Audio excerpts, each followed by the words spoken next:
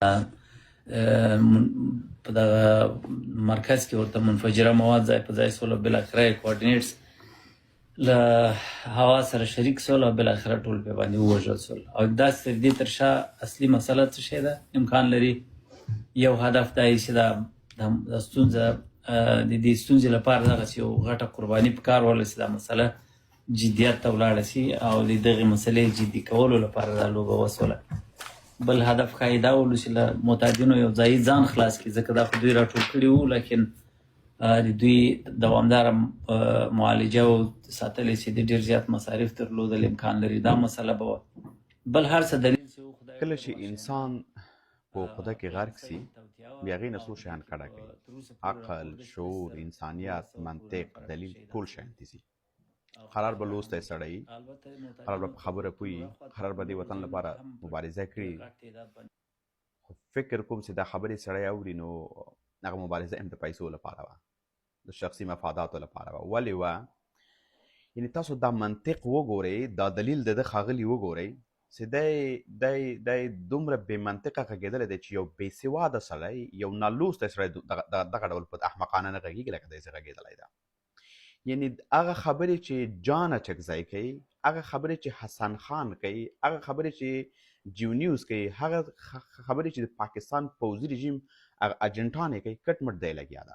هیڅ نوع فرق پکې نسته. که ذره فرق چا پکې ثابت که دغه بیګانه چې د پاکستاني رسنۍ تاسو تعقیب کوي همدغه خبرې چې دا ښاغلی کوي کټ مټ هغه کوي. ښایي دا داسې، ښایي دا داسې، ښایي دا داسې، یعنې ته په ښایي کې مصروفه یې.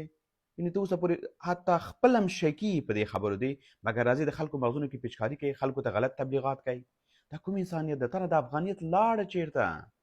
طالب سره دښمني وکوه سړی، چا منې کړی؟ زه تر څنګ ولاړ یم، راسه دا ګز دا میدان. خو په دغه ډول بې غیرتي دښمني خو څوک نه کوي که نه. یعنې که طالب څومره هم بې غیرته سي، څومره هم بې غیرته سي، دومره بې ننګه کېږي نه چې خپلو معتادینو وروڼو ته دې بمونه کېدي. ښه، ولې بله لاره نه وه؟